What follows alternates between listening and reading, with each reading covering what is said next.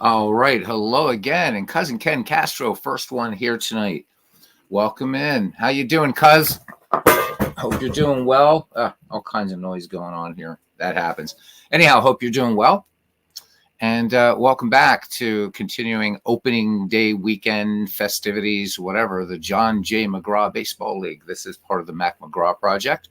Bernie Strom and I, Bernie doing the American League, 8 teams from the dead ball era, and I'm doing 8 teams from the National League in the dead ball era. So tonight, probably going to do one game, possibly two. Let's get to yearning from some old time baseball, cousin. He says, so am I, and that is why I'm back to doing it. And thank you for offering the superb trivia and the facts and everything that you do, cousin, and for being the inspiration and everything for me to continue doing this. I can't express my gratitude enough. You've been a real what can I say? You've been a stalwart supporter, a great friend, and just proud to call you as such. All right, let's get to things here. All right, and we'll go ahead and get rid of my little banner. And here we are. All right, let's have a look. We had some good games yesterday, and let's see what we have. So just to recap, yesterday the Boston Bean Eaters took care of the Boston Bean Eaters in 1897. Took care of the 1906 Cubs 3-1 yesterday. Kid Nichols gets the win. Jack Feaster got the loss in that one. Player of the game, Kid Nichols, pitched a masterful game except for one run in the second. Kept a very powerful Cubs lineup absolutely stymied. The other game that we played, the 1916 Brooklyn Robins and the 1915 Philadelphia Phillies, that was a lockup of Hall of Famers. Rube Marquard versus Grover Cleveland Alexander, and Marquard pitched a beautiful 4-hit shutout. So to take care of the Phillies, 4-0 in that one.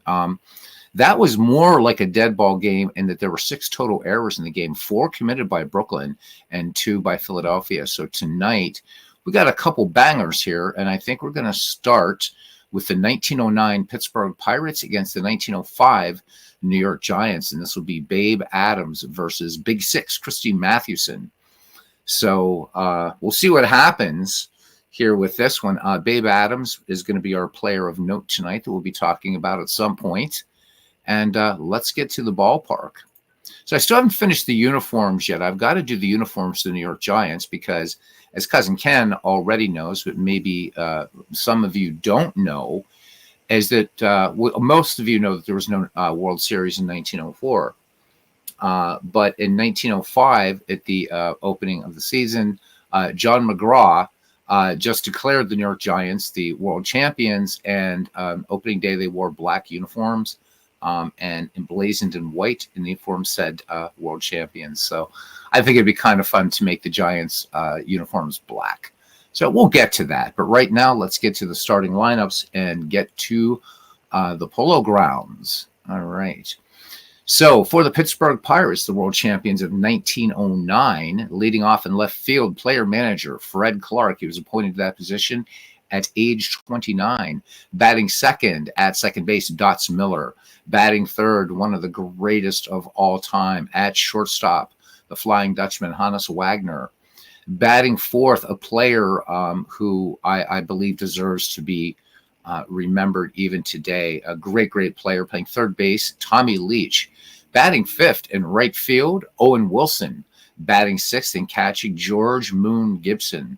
Batting seventh and platooning in center field or patrolling center field, Ward Miller.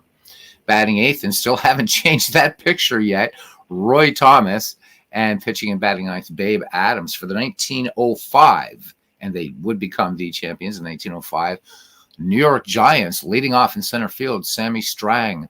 Batting second at first base, Dan McGann. Batting third in left field, a man that if he could have just chosen the diamond over acting, could have very well been a Hall of Famer, but still a very excellent player and dangerous, Mike Donlin. Batting fourth, one of Cousin Ken's favorite dead ballers at shortstop, Bad Bill Dolan, and believe me, he was.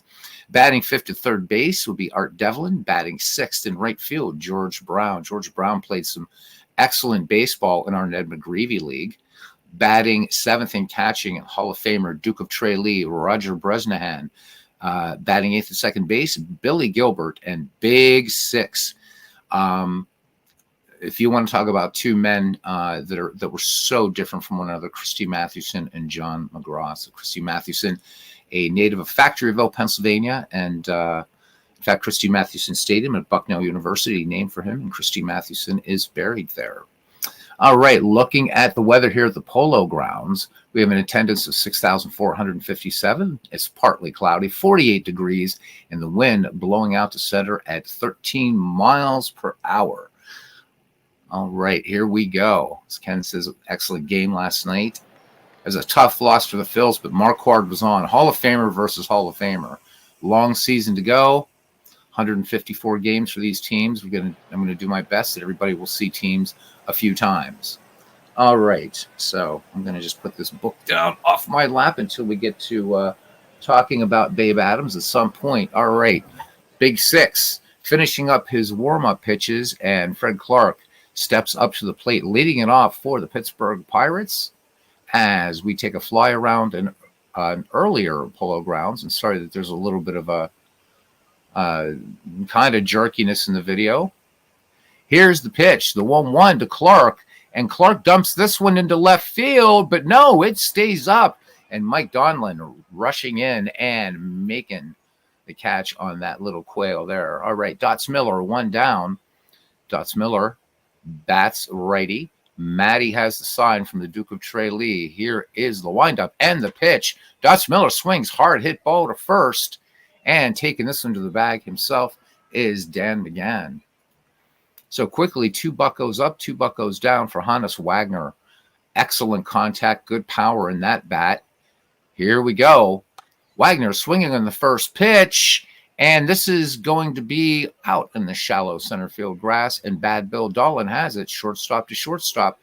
And the Pirates go quickly in the first inning. We go to the bottom of the first. The Pittsburgh Pirates, nothing. And the New York Giants coming to bat, leading off the center fielder, Sammy Strang. Babe Adams ready to work. Babe Adams still holds many records for Pittsburgh Pirates in their organization. Arguably the best pitcher. Pittsburgh not blessed with great pitching as much as we've had great outfields and great infields. But Babe Adams, certainly an amazing pitcher, as we'll talk about a little bit later. All right, here's Sammy Strang, lefty. The count full on Strang. Strang swings, and he's going to dump this one into right field, and that's going to get down for a base hit. So first base knock in this game for John McGraw's New York Giants. Here's Dan McGann now. Sammy Strang, excellent speed at first. The 0-2 pitch. Strang does not go. This one grounded up the middle. 4-6-3 double play. All right, so Miller to Wagner to Thomas. So quickly now, 2 outs, and here is Turkey Mike Donlin. This is another player we'll be talking about later on in the season. All right, Donlin digs in. Make sure to catch him on the Keith circuit, vaudeville, in the offseason. The 2-0 pitch. Donlin swings, and this one, a routine grounder to Dots Miller at second. He is up with it, on to first, and that takes care of the Giants. We go to the top of the second inning. We are scoreless here at the Polo Grounds. We will see Tommy Leach, Owen Wilson, and Moon Gibson. Leach in there now. Very versatile player. Count even on Leach at 2-2.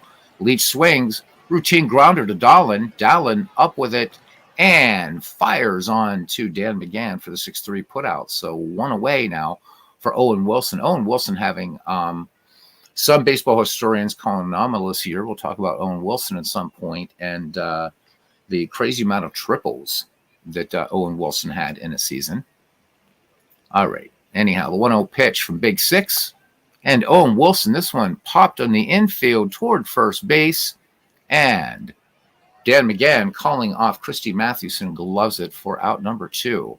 Here's Moon Gibson now. Bresnahan sets the target. Matty deals. Here's the pitch. And Gibson line drive into center field, but this one right into the glove of Sammy Strang.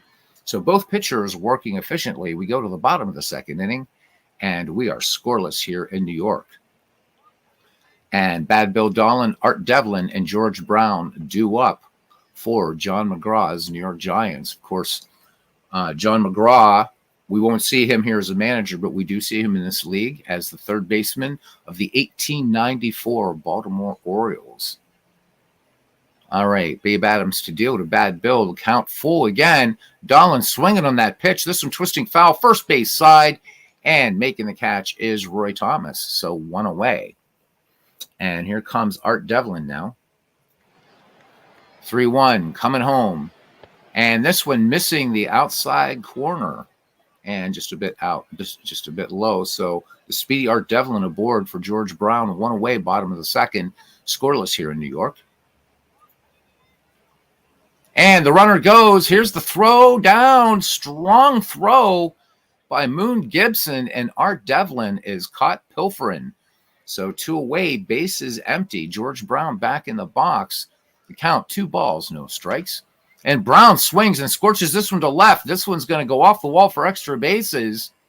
And George Brown is going to have himself a 2-out stand-up double. So Fred Clark getting to that ball in a hurry, and that's the first extra base hit in the game. And here comes Roger Bresnahan, the Duke of Tralee. Gibson sets the target. Babe Adams looks home, nods, and fires the 2-2 pitch.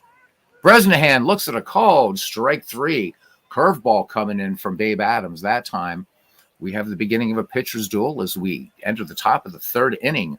We are scoreless. Christy Mathewson will face Ward Miller, Roy Thomas, and Babe Adams. And it's Ken Castro and I basically doing this, hanging out and watching this game, and I couldn't be in better company. All right, here we go. Matty deals the 0-2 pitch. Ward Miller swings, and this one, ground ball past third into left field, off the wall for extra bases. And the Buccos got themselves a leadoff double. So Ward Miller in scoring position for the Pittsburgh Pirates. And here is Roy Thomas. The pitch. 2-2 pitch. Base hit, right field. Will that be enough to score? The runner, the throw home is going up the line at third.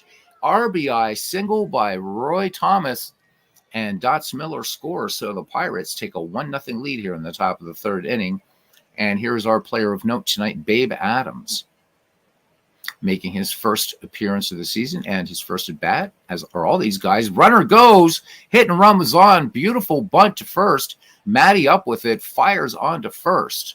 And that was a close play there. McGann just able to keep his foot in the sack on a very close bang-bang play. Roy Thomas in scoring position as we swing around to the top of the order, and the left fielder player manager, Fred Clark, Hall of Famer.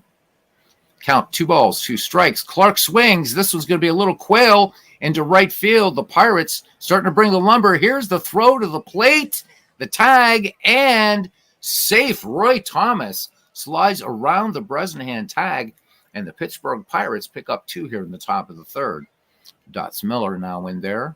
0-1 pitch. Miller swings, grounder to third, and that is just going to be a 5-4. Hard throw taking out Billy Gilbert. No way to make the relay. So Dots Miller on at first for Hannes Wagner, 0 for 1. Count 1 ball, 1 strike. The runner goes, and Bresnahan comes up firing the tag, not in time. Dots Miller picking up the steal. Dwayne, now it is just awesome company. Dwayne Martz also joining us here. All right. 2 early runs on Big Six. Interesting. So Mathewson, trying to find the pitch that he said he would experiment with all his pitches, had quite an arsenal, and find the one that hitters could not hit. So gutsy play there by Fred Clark, calling a hit and run on 2 out. And we were thinking today's baseball, why would you want to take the bat out of Hannes Wagner's hands? Anything goes in 19th century and dead ball baseball. All right, the Flying Dutchman back in there. The count full. Wagner swings. This should end the inning, and it does. George Brown on the run and makes the catch, but 2 runs come across for the Pittsburgh Pirates of 1909. We head to the bottom of the third. It's the Pirates 2 and the New York Giants of 1905 0, and we will see Billy Gilbert, Big Six, and Sammy Strang. Billy Gilbert, right-handed batter, digs into the box. Babe Adams with a strikeout and a walk thus far through 2 innings of work. Gibson sets the target. And the 2-1 pitch. Billy Gilbert swings, hard liner, but right to second. Dots Miller making a nice play, ranging to his right and pulling down that BB. All right, here is Big Six. Checker hustler, poker hustler, whose wife famously said he's a good man, but he is no goody-goody. Once cold-cocked a lemonade vendor, Christy Mathewson. The 1-2 pitch to Big Six. Babe Adams gets the better of his legendary mound opponent. That will be a strikeout. Nice curveball again. It looks like Babe Adams living on that curveball. So notch 2 for him as we swing around to the top of the order for the 1905 Giants and Sammy Strang. Strang, 1 for 1 in the game, had the game's first hit in the bottom of the first inning. Babe Adams shaking off George Gibson, now has one he likes. Here's the 1-2 pitch to Sammy. Sammy Strang hits a little dying quail into left, and that's going to get down for a base hit. So the New York Giants picking up their third base knock of the game, and Dan McGann strides to the plate. He is 0 for 1, 2 down, bottom of the third action here. And the runner goes, the throw down by Gibson, and they got him. So 2 caught stealings, and New York runs themselves out of the inning. We go to the top of the fourth. The Buccos maintaining a 2-0 lead here in the John J. McGraw Baseball League. Yeah, I know, Dwayne. I working so hard on sleight of hand magic today. I didn't get in here to do some maintenance, and I'm sure Billy Hamilton is the wrong one. I wish you could change the player pictures in game like you can in Action PC Baseball, but after this, I will definitely do that. All right, again, guys, I apologize for the jerkiness of the video tonight. I can tell by my monitor it's not as smooth, and I was doing a lot of computer intensive stuff along with the magic and stuff today, so didn't bother rebooting everything. So apologies. All right. So Tommy Leach, Owen Wilson, and Moon Gibson do up the number 4, 5, 6 hitters for the Buccaneers. Pittsburgh Pirates celebrating their inaugural season in Forbes Field, the second steel and concrete ballpark in baseball after Shibe Park. And once again, I always thank Ken Castro for correcting me on that fact, that Shibe was the first. Forbes Field stands out among the dead ballparks and among baseball parks in that no hitter was ever thrown in cavernous Forbes Field, and it favored pitchers, but a no-hitter was never thrown there.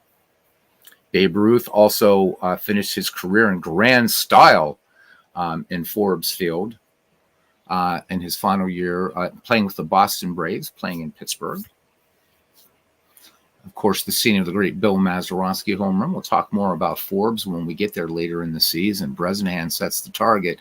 Big Six deals. The 0-1 to Tommy Leach. Tommy Leach swings, and this is going to be out to center field and ranging on the outfield grass. No, this gets down for a base hit. It looked like Dahlin had the ball. Let's have another look at that a little close-up. It looked like Dahlin had it. So that one fooled me up here in the press box. Huey Fullerton kind of just chuckling. Nope, it's short hops, bad Bill Dahlin. Okay, Huey, I get it. I missed that play. That's going to be the first of many. All right, speedy Tommy Leach aboard, and here is Owen Wilson. No one down, no one out. Let's see if Fred Clark is going to call a run and hit here, or a hit and run.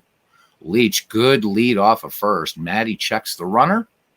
Here's the pitch. The runner off to the races. The throw down by Bresnahan. And the Pittsburgh Pirates are coming out a running today. Tommy Leach picks up his steal.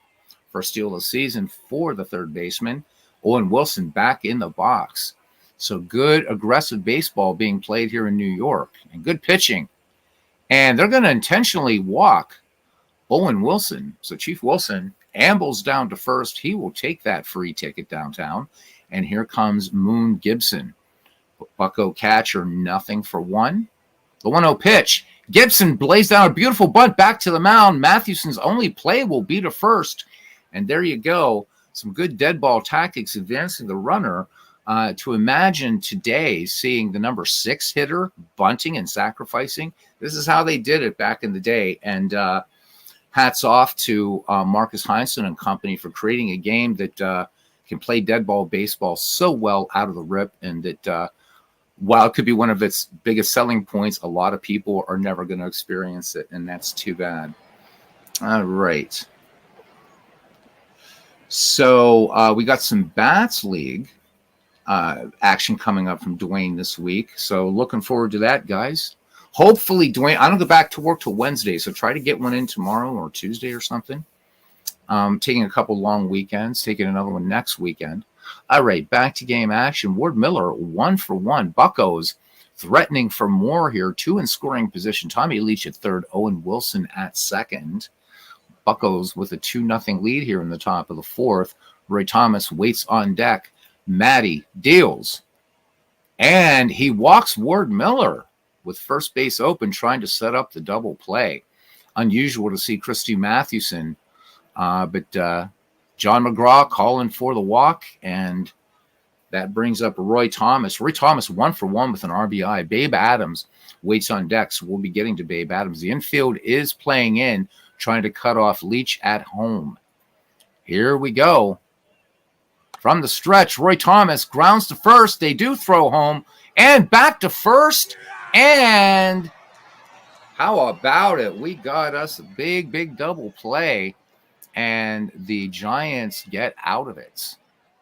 So the Bucks leave them loaded, and we go to the bottom of the fourth. That was pretty fun. Let's watch that again. Just because. So a 3-2-3 double play. There we go. All right. Dan McGann, Mike Donlin, Bill Donlin due up. And then when we start the top of the fifth inning, we will pause and talk about the man on the mound for the Pirates, Babe Adams. So right now, enjoying a 2-0 lead over the Giants and the immortal Christine Mathewson. Dan McGann is 0-for-1 in this game. All right, Adams from the slab winds up, and 0-2 pitch. This one scorched to center field and right into the glove of Ward Miller. So one away. Babe Adams and Mathewson pitching effectively, thus far, or efficiently, I should say. Matty probably a little bit less effectively, but a gutsy move by John McGraw to load the bases and get the 2-ball. Here's Mike Donlin, 0-for-1. The count even at 1-1. Donlin swings, and this one up the middle past Wagner, and this will be a base hit to center field. And as I told you at the top of the game, Donlin can be dangerous. And now the Giants with speed on the base paths, and here's bad Bill Donlin, 0-for-1 today. Pretty good contact hitter, so we'll see whether McGraw decides to play as aggressively as Fred Clark has been. The 2-2 pitch. The runner does not go. Donlin sends this ground ball past third, past Leach, into left field, and moving to third on the play, and coming home on the play, the throw hitting the cutoff man, and how about that? So Donlin picking up the RBI triple. Donlin scores, and the New York Giants have cut the Pirates' lead in half. It's 2-1. Now things getting a little bit interesting. Here's Art Devlin. Babe Adams works in the stretch, the 0-1 pitch. Devlin swings, grounder to Wagner. Wagner will go to first, and Art Devlin will come in to score to tie it up. It's a whole new ball game. 2-2 here at the Polo Grounds. George Brown now 1-for-1. Base is empty. Babe Adams finds himself behind Brown 3-1. George Brown with a double his last time up. This one just out on the outfield grass towards second base. And Dots Miller makes the grab. But the New York Giants pick up 2. We head to the top of the fifth. And we are knotted at 2 in New York. All right. Now we're going to talk a little bit about Babe Adams. This guy had quite a career. So let's talk about him a little bit. All right.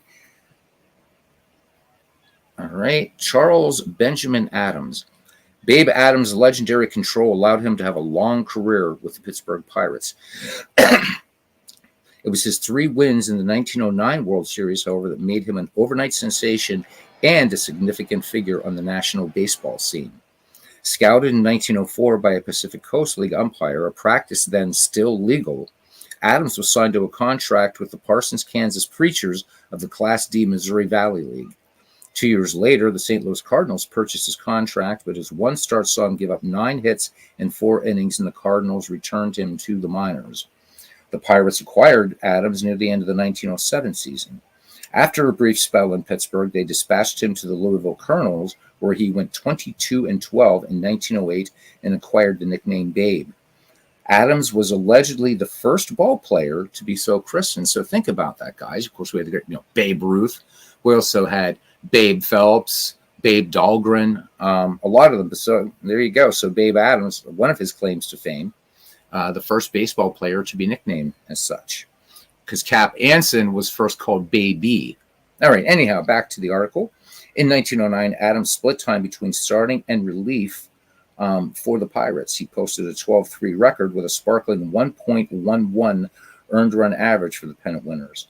Before the start of the World Series, National League President John Heidler mentioned to Pirates manager Fred Clark that the American League champion Detroit Tigers had been ineffective versus Washington's Dolly Gray. He suggested that Adams, with his superior pitching speed, could keep Detroit off balance.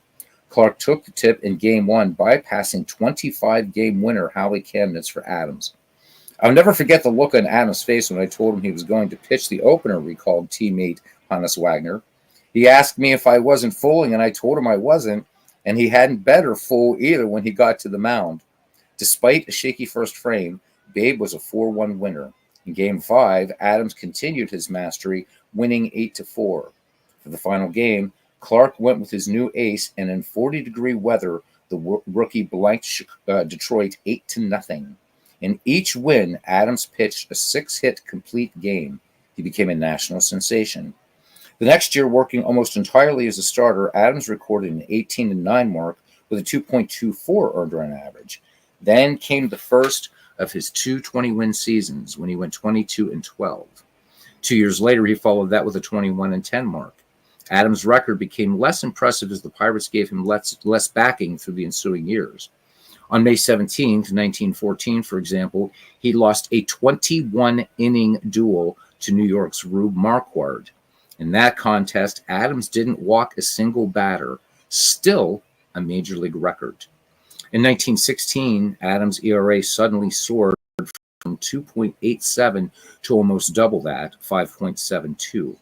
The next year, he found himself pitching in the Western Association. Late in 1918, a second win sent him back to Pittsburgh, where he remained through 1926. In 1919 and 1920, he won 17 games each year, and he never showed better control the latter year when he surrendered only 18 walks in 263 innings. His last 3 years, he was mainly a relief pitcher. That's amazing. 18 walks in 263 innings. That's incredible. Adams' career ended in controversy. In August 1926, the defending world champion Pirates were still in the pennant race, but veteran center fielder Max Carey was mired in a dreadful slump. Fred Clark was now a Pirates vice president, but he sat on the club's bench in full uniform and was more than free with his opinions. Clark pressed manager Bill McKechnie to bench Carey, saying anybody could play better than the future Hall of Famer. "Put the bat boy in," he growled. Asked what he thought of the situation, Babe Adams backed up McKechnie. "Well, I think the manager should manage. No one else should interfere." A player revolt demanded that Clark be removed from the Pittsburgh bench. Clark, in turn, demanded that the outspoken players be disciplined. Pirates ownership lashed out in several directions and player opposition collapsed. Carey was suspended and then peddled to Brooklyn. Adams and outfielder Carson Bigby drew their unconditional release. The Pirates drifted into third place, and McKechnie was let go. Clark soon followed him out the door. The 3 exiled players appealed to league president John Heidler. "I am 18 years in baseball without ever opening my mouth, and then when I answer a question, I find myself chucked off the club," explained Adams. Heidler exonerated the trio of insubordination, but nonetheless upheld the club's untrammeled right to dispose of personnel as it saw fit. Adams later managed in the minors, farmed, and worked as a sports writer and a foreign correspondent. In the 1960s, he was still known as one of the best marksmen in the country. Babe Adams died of throat cancer in 1968. Let's look at his career totals. 194 wins, 140 losses, a 5.81 winning percentage in 482 games. He had 44 shutouts, 2,995 innings pitched, walked 430, struck out 1,036 hitters, and finished with a lifetime earned run average of 2.76. So there you go. A little bit about Babe Adams. Quite a pitcher. And you've got to wonder if he didn't have this couple of off seasons, but he gets that second wind. And so not only pitches for the 1909 Pittsburgh Pirates, thank you, Cousin Ken, but also to get that second win, he's also on the World Championship 1925 Pittsburgh Pirates, but still holding some major league records to this day. So Babe Adams, a doff of the cap to you up there in the big diamond in the sky, and Babe Adams steps in. And here we go. Matty, who was struck out by Adams, looking to get even. Mathewson, uncharacteristically not striking anybody out yet, and we are already in the fifth. All right, here's the 1-0 pitch from Matty to Babe Adams. And Adams sends this one out to shallow center field, and charging in, Sammy Strang making the nice play. Strang with pretty good range out there in the center pasture. Back at the top of the order, and Fred Clark, he is 1 for 2 with a run batted in.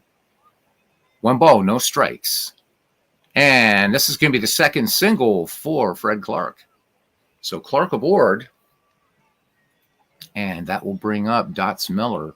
Dots Miller, nothing for 2. The 1-0 pitch. Miller swings, base hit up the middle.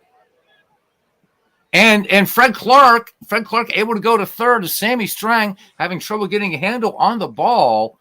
Juggles it. Let's see. There will be an error. Call that one an E8. So instead of the Buccos with runners at first and second, it's runners at second and third, 1 down for Hannes Wagner. Fred Clark at third, Dots Miller trailing him at second. Superb speed for the Pittsburgh Pirates on the base paths.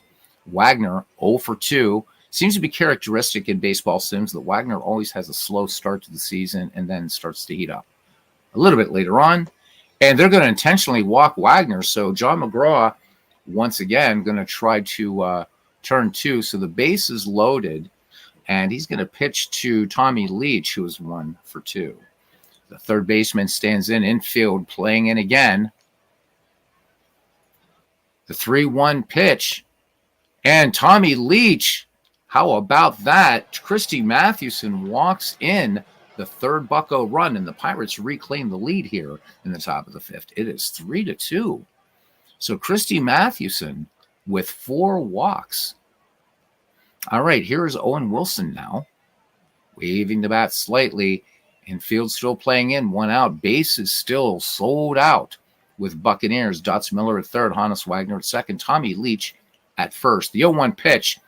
And Owen Wilson swings, and this should bust this game open a little bit.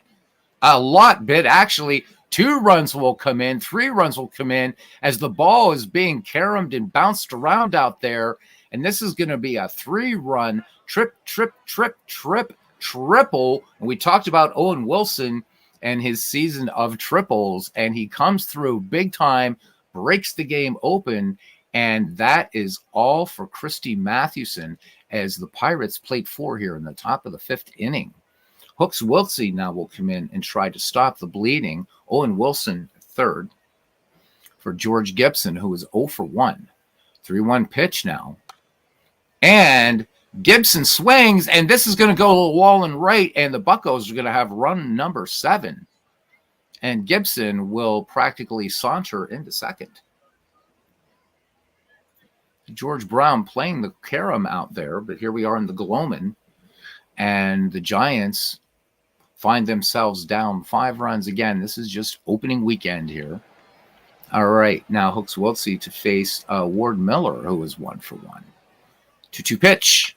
Miller swings, and this one a sinking liner to center field and right into the glove of Sammy Strang for out number 2. of this thus far explosive fifth inning for the Pittsburgh Pirates. Here comes Roy Thomas, 1 for 2. He's batted in one in the game. Here is the pitch, and they're going to intentionally walk him. How about that? No, it doesn't look like an intentional walk, actually. So Thomas draws the walk, so Wiltsey with 1 base on balls. And that will bring up Babe Adams. So the Pittsburgh Pirates will have batted around now. 2 away, George Gibson at second, Roy Thomas on at first.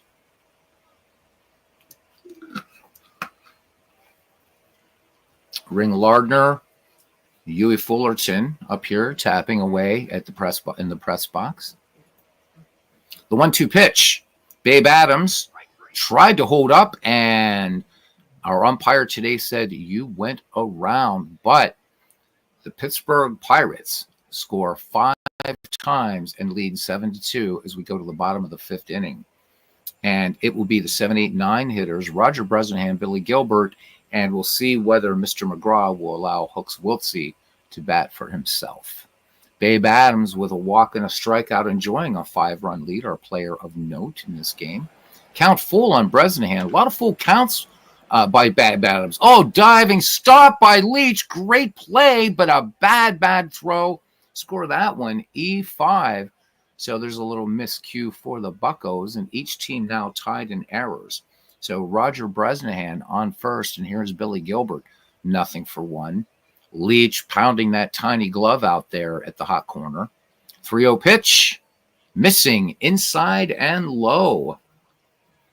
Now Babe Adams perhaps in a little bit of trouble as Hooks Wiltsey comes to the plate, and it looks like McGraw is not pulling him. The 0-2 pitch, Wiltsey, big swing and a miss. All right, so Adams picking up strikeout number 3. 1 away for Sammy Strang. Pittsburgh Pirates looking for 2 here. The 0-1 pitch, and they're not going to get 2. This one, just a line drive over second base, the throw home, and the Giants are going to have their 3rd run as this ball goes up the first base line. George Gibson handily retrieving it. All right, 2-1 for the Giants, 1 away, 7-3 now. And here comes Dan McGann. He is 0-for-2. The count even, 2 balls, 2 strikes. McGann, little squibber back to the mound. Babe Adams will go to second, and he will get the middle runner. All right, so 2 away, and that brings up Mike Donlin. He is 1-for-2 in this game. Gilbert at third, McGann at first. Here's the pitch. And this one back to the mound, and this one a routine 1-3 put out. But the Giants do chip away and pick up a run and 1 hit. 1 Pirate error, 2 runners left on. It is 7-3 as we enter the top of the 6th inning. Christopher Slovic, how are you, my friend? Asking, what are the dead ball years? So that's a good question, and I will do my best to answer it. Dead ball years, the ball was still dead in the latter part of the 19th century with modern baseball rules. Most baseball historians agree that the start of modern baseball was 1893. So 1893 to 1919 would largely be the dead ball years in modern baseball. Of course, for the American League, that's 1901 to 1919. So I got to pick a few more players. Anyhow, it's good to see Chris in here. As Cousin Ken said, didn't see the outburst coming from the Bucks. So Hooks Wiltsey stays in. He's worked 2/3 in relief. He has a walk and a strikeout. Fred Clark, player manager for these Pittsburgh Pirates, leading off, has 2 for 3 and an RBI today. Bresnahan sets the target, the count even at 2 balls, 2 strikes. And Fred Clark swinging right through a beautiful slider there by Hooks Wiltsey. So 1 away. Slovic, virtual school because of the riots. Wow, great, because I'm virtually at the game. No, it was good to have you there. Man, riots, good God. You always have something scary going on over there, man. Keep yourself safe. This guy here, Chris Slovic, anybody checking this broadcast out later, listen to Chris's games. It sounds like you were listening to the real thing. Great guy, fellow Pittsburgh Pirate fan. So for those of us here in the United States, you're going to have to You have to either get up earlier in the morning to catch Chris's games because he works as a teacher. He's in Pakistan, or just catch him after the fact. But Chris always enjoys having people in the chat, interacting.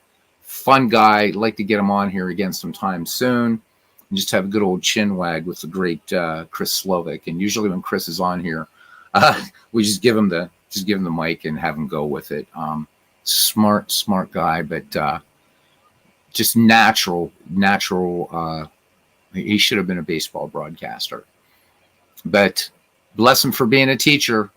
True, unbiased. I'm an educator. I have a master's in education, but you know what? These kids are, and the world as such, better for it that Chris decided to be an educator rather than a broadcaster. All right, Dots Miller batting with one away is 1 for 3. Having a pretty good game, Dots Miller. Singled his last time up. Miller swings, and this one a little flare out to right field, measuring it up and pulling it down is George Brown. So 2 away for Hannes Wagner, who is 0 for 2. Flying Dutchman digs in, the count even at 2. Wagner's walked and scored a run in this game. Bouncer to Dahlin at short. Dahlin on to McGann at first for the 6-3 putout. That does it for the Pirates. 6, no runs. And we go to the bottom of the 6th, 7-3 in favor of the Pirates. It'll be Bad Bill Dahlin, Art Devlin, and George Brown. Babe Adams ready to deal. Dahlin double back in the 4th. Pop up on the infield. Wagner coming in.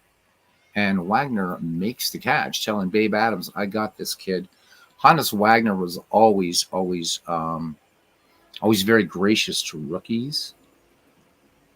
So every once in a while during this season, I'm going to break with my own tradition a little bit. I've always said that I'm not going to talk too much about Hall of Famers, when we do a player of note, but we will do some Hall of Famers considering the era, especially the guys who played in the 19th century. That we have our 2 19th century teams represented here, the 1897 Beaneaters and the 1894 Orioles.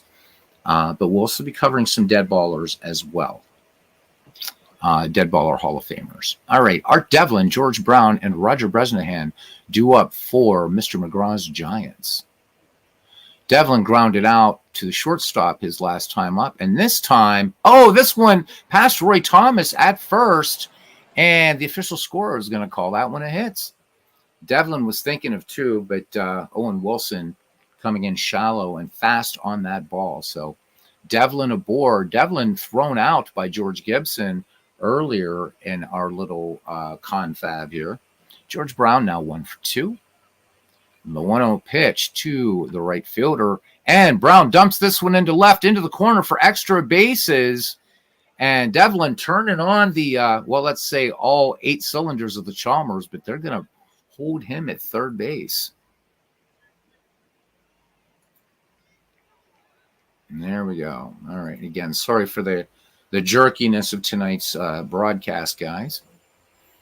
All right, here's Roger Bresnahan. Now the Giants threatening here in the bottom of the 6th with 2 in scoring position. Art Devlin at third, Art Devlin at third, George Brown at second. Bresnahan, nothing for 2 today. The 0-1 pitch from Adams. Bresnahan hit by the pitch. Will that come back to bite the Pirates? Oof. All right. So Bresnahan hit by a Babe Adams fastball, and it brings up Billy Gilbert. Pittsburgh Pirates now in some trouble. 7-3 is your score. Gilbert swings and line drive to right, base hit. And the throw home, that's going to score a run. RBI single for Billy Gilbert as Art Devlin comes home. Base is still loaded. It's 7-4, still 1 out. And the Pirates now playing the infield in as Hooks Wiltsey steps up for his second at bat. He is 0 for 1. McGraw leaving him in, it looks like. The 2-2 pitch. He swings, ground ball to third. They will come home. The tag, and he is safe. Leach with the bare hand throw, but unable to they do get the lead runner. Okay, they do get the lead runner. Now that's weird. It looked like the umpire just called safe. Let's look at that again. So we have a little mismatch, I think, between the play-by-play, the throw home. So let's see. They cut down the lead runner. Let's look at the text on this. Yeah, let's look on the text on this. Sure we will. Sure we will. All right, let's look at this. The replay. We're going to look at this again just so I can. Brown is out at the plate. Okay, so they do get Brown. All right. That was confusing. Dead ball error counts. Tree 3 to tree 2. Only me and Beatles get that, says Christopher Slovic. Absolutely. Absolutely. And tree 3 orders of magnitude larger than tree 2. Chris, I don't know if you ever looked up any of the videos about that number. Certainly not the largest number ever named, but oh my God, a mind-bogglingly huge number. Some night I'll, maybe sort of restream a video so you guys can see what Chris and I are talking about with a number called tree 3. It's scary, scary, scary big. All right. Anyhow, back to game action here. And Sammy Strang. So these New York Giants, who were kept quiet in the first 3 innings, scored 2 in the 4th, 1 in the 5th, 1 in the 6th. The Buccos clustering with 2 innings of crooked numbers, 2 in the 3rd and 5 in the 5th. Sammy Strang, perfect day at the plate for Sammy. He is 3 for 3 with a run batted in, and there's no room at the end as Roger Bresnahan is at 3rd, Billy Gilbert at 2nd, Hooks Wiltsey on at 1st. Babe Adams deals 3-2 pitch on the way. Sammy Strang draws the walk, and now the Giants have a run walked in. 7-5, and it looks like Fred Clark is not going to give the hook to Babe Adams as John McGraw did to Christy Mathewson. So 2 plated here for the Giants in what's becoming a rather sloppy game. Bases still loaded, and here's Dan McGann up for the 4th time today. He is 0 for 3. Grounded out to Adams last time, and he's going to ground out to Adams this time, who pegs it on to first. But 2 runs on 3 hits, no errors, 3 left on. We go to the top of the 7th inning. The Pittsburgh Pirates lead the New York Giants 7-5. All right, and that will bring up the number 4, 5, 6 hitters: Tommy Leach, Owen Wilson, and George Gibson. Tommy Leach, third baseman, 1 for 2 with an RBI and an error today. Hooks Wiltsey stays on in relief. Wiltsey behind him, 3 balls or 1 strike, and this one slapped into center field for a base hit. So Tommy Leach is aboard. And here's Owen Wilson. Owen Wilson had that big 3-run triple back in that 5th inning, that 5-run Pirate 5th. So responsible for 3 of these Pirates, or 3 of these 7 Pirate runs. 7-5 now. Leach with a stolen base already in the game. The 1-2 pitch on the way. Runner does not go. Wilson grounds this one to second, and this is going to be 4-6-3, and that is the twin killing. 2 away, bases empty now for the catcher, Moon Gibson. He has an RBI in this game. Doubled his last time up. Here's the 3-2 pitch. Gibson swings, and hard hit ball down to first, but McGann with the scoop and the touch of the bag, and the Buccos go down, and we go to the bottom of the 7th inning after a 7th inning stretch here, and it's 7-5. Mike Donlin, Bill Donlin, and Art Devlin, the number 3, 4, 5 hitters, due up for the John McGraw Giants, world champions of the 1905 season. Here's the 2-0 pitch. Donlin ground out his last time up. Ground ball to Thomas at first. He will take it to the bag himself. So 1 up, 1 down now for Bad Bill Donlin. He has an RBI in this game. 3-0 pitch. Donlin, good eye up there, lays off that one really close. But that curveball not dropping down in the strike zone for Babe Adams. So that's walk number 4, and Art Devlin now strides to the plate. RBI for him in this game.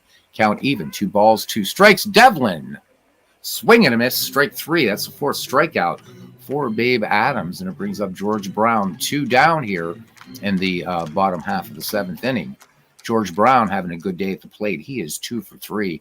Babe Adams has the sign from George Gibson. Here's the 1-1. And Brown swings this one hard, hit out to center field. And nobody's going to get to that one, off the wall. And the Giants are going to have run number 6. And hesitating a little bit and then moving into third is Brown. So it is 7-6. So Brown sets the McGraw regular season game record for doubles with 3. So George Brown, if the Giants come back and win this, could be the Giants player of the game. So right now it's between George Brown for the Giants and Owen Wilson for the Pittsburgh Pirates. Here's Roger Bresnahan now. 0 for 2. Babe Adams needs to get it done right here from the stretch. The 3-1 pitch. And Bresnahan, who was drilled by a pitch last time, draws the free pass. Adams with his 5th walk now to accompany 4 strikeouts. And we have a pinch hitter in the number 8 slot now. Sam Murdy's comes in, making his first appearance of the season. Here's the pitch. Murdy swings, sinking liner to right. And right into the glove of Owen Wilson. But New York chipping away, making this an exciting ball game here. It's 7-6. We'll go to the top of the 8th inning. Buccos want to add some insurance here. They'll send up Ward Miller, Roy Thomas, and Babe Adams. Ward Miller 1 for 2 in the game. Hooks Wiltsey in 2 2/3 innings of relief work has walked 1 and struck out 2. Mathewson getting the early hook, or the middle of the game hook, I should say, by John J. McGraw. Here's the 1-1 pitch. Ward Miller swings, liner to third. Nice play by Art Devlin at the hot corner to get that one. Here's Roy Thomas now. RBI for him, 1 for 2. Grounded out to McGann his last time up, and this one clean base hit right up the middle, split in second and short very nicely. So Roy Thomas there at first, and we will have a pinch hitter. So the first Italian-American baseball player of note, Ed Abbaticchio, steps in the box, making his first appearance. Oh, Bernie, it's okay. I didn't really expect anybody to come in tonight. I just decided to do a game, and I got the best of the best here. I got you, Dwayne, and Chris Slovic and Cousin Ken. So, who could ask for anything more, right? All right. All right. Here we go. Ed Abbaticchio. So, Ed Abbaticchio's family not coming, not with that great wave of Italian immigration, but Abbaticchio, nonetheless, again, first Italian player of note in an era still with a lot of Irish still. Afa Neal is now playing second base for the New York Giants. Let's check defense. Everything else looks fine. All right, Bresnahan sets the target. 1 away, Thomas on at first. The 0-1 pitch. The runner on the way, and a little bunt down the third base line, perfectly executed. So taking second is Thomas, and it brings up the top of the order again, and Fred Clark. 2 away, Hooks Wiltsey brings it home. 2 for 4 for Fred Clark. Clean base hit up the middle. The Pirates looking for insurance here. Runner coming around. Thomas slides the throw offline up the first base line, and the Buccos add a little bit of cushion here. 8-6. So both teams in double digits. The line so far, the Pirates 8-11-1, and the Giants 6-10-1. Dots Miller now 1 for 4. Fred Clark on at first. Here's the wind and the pitch. Miller swings. Slow dribbler to second. Not a problem there for Afa Neal. He will fire on to retire Dots Miller. But Pittsburgh Pirates pick up a little bit of insurance. We head to the home half of the 8th. It's the Pirates 8 and the Giants 6. So Bernie did, I think, 2 weeks of the Mac League last night. I'm taking a different approach, but he and I will meet at the end of it. We will meet at the end of it for a World Series. I'm probably going to take my time a little bit with it because, I'm not involved in that league that Bernie's involved in, that other league that those guys are doing. So still meet you, Bernie, but I'm gonna take my time. This has been too long since I've done 19th century and dead ball baseball on this channel, but I will definitely, you won't have to wait long. I'm still shooting for that month and a half. All right. So it looks like the Pittsburgh Pirates, Fred Clark has seen enough of Babe Adams today. And so Sam Frock will come in now and start the 8th inning for the Pittsburgh Pirates. And he will face Hooks Wiltsey, who's staying in there. McGraw letting his pitcher bat. And then back at the top of the order, Sammy Strang, who's having a great game for the Giants, and Dan McGann. It has been too long, Ken, mea culpa. And I shall not stray, except when I'm doing baseball tutorials or something. All right, Sam Frock ready to go. Here's the 1-1 pitch to Wiltsey. Pitcher versus pitcher. Wiltsey swings, grounded to Dotsmiller at second, and low throw that Roy Thomas digs out of the dirt in time at first for the 4-3 putout. So one away now for Sammy Strang, as we said, 3 for 3, and responsible for 2 of the New York Giants' 6 runs. Frock deals the 1-2 pitch. And this one base it up the middle. So the Giants and the Pirates now tied for hits with 11 each. Not a problem, as Bernie says. So, Bernie, I wasn't talking about your replays, but that third league you're in, and I'll tell you later why I'm sort of saying it that way. Oh, thank you, cousin. That makes so much. The PayPal is on its way, cousin. Thank you for saying that. That means a lot. Bernie says not a problem. He still has to finish his 1917 and 1949 replays. Cousin, typos are fine here in this little humble channel. All right. So anyhow, Bernie with his 2 plays, and he's also involved in another community league that's been going on now for a while. So, but we'll be there, Bernie. We'll get this done. I'm just going to take my time with it a little bit. And how I'm doing the games, I guess. All right, the 1-0 pitch. And this one, a little flare into left, and handily handled by the player manager, Fred Clark. 2 down. Here's Mike Donlin now, 1 for 4 for Turkey Mike. The count even, 2-2. Turkey Mike sends this one, slaps to second, and Dotsmiller is going to race him to the bag at second for out number 3. We go to the 9th. The Pittsburgh Pirates looking to win their first game and win it on the road here at the Polo Grounds. And it'll be the number 3, 4, 5 hitters, or as Ernie Harwell would say, the artillery for the Pittsburgh Pirates. Hannes Wagner, Tommy Leach, and Owen Wilson. Hooks Wiltsey now 3 2/3 innings in relief, a walk and 2 strikeouts. When we get to the bottom of the ninth for the Giants, we'll see Bad Bill Dolan, Art Devlin, and George Brown. All right. Here we go. Hannes Wagner would like to open the season with a hit. Thus far, 0 for 3. The count even, 2 balls, 2 strikes in the Flying Dutchman. And he will finish the game 0 for 4 as he dribbles this one out to second base. And up with it is Affanil, and he throws on to Dan McGann to retire Wagner. All right, here's Tommy Leach. 2 for 3 with a run batted in. Leach would try to like to get a little bit more insurance for these Pittsburgh Pirates. Count full on Leach. Here's the pitch by lefty Wiltsey. Base hit past third base into center field. And Tommy Leach finds himself aboard. So Pittsburgh Pirates wanting to pad, knowing how dangerous this New York Giants team is. Here's Owen Wilson, 3 RBI in this game. That one hit was a big one, a 3-run triple back in the 5th inning. That at that time put the Bucks up 7-2. The Giants been chipping away though at that lead, and now here we are 8-6.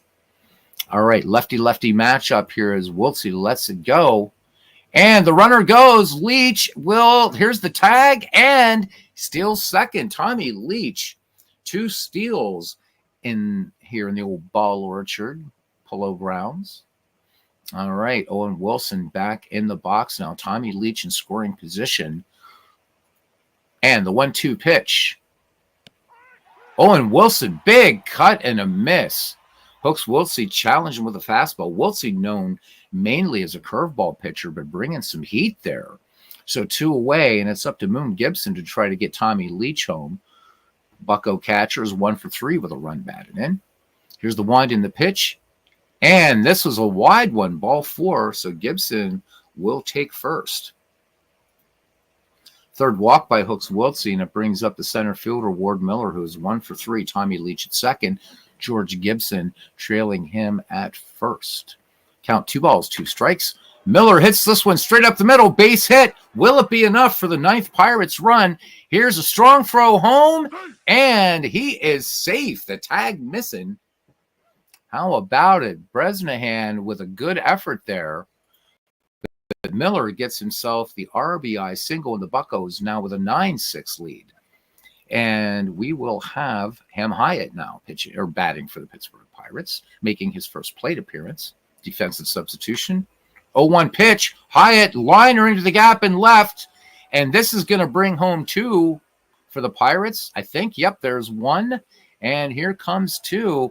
And the Pirates breaking it open again now.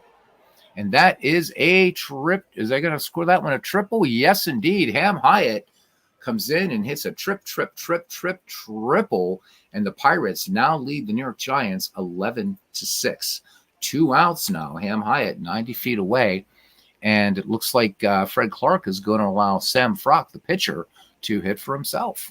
The 2-1 pitch. Frock, little flare into right into the glove of George Brown. Side retired, but the Pittsburgh Pirates score 3 runs on 3 hits. They strand a runner in scoring position. 11-6 as we go to the bottom of the 9th inning. I want to thank you guys for coming in.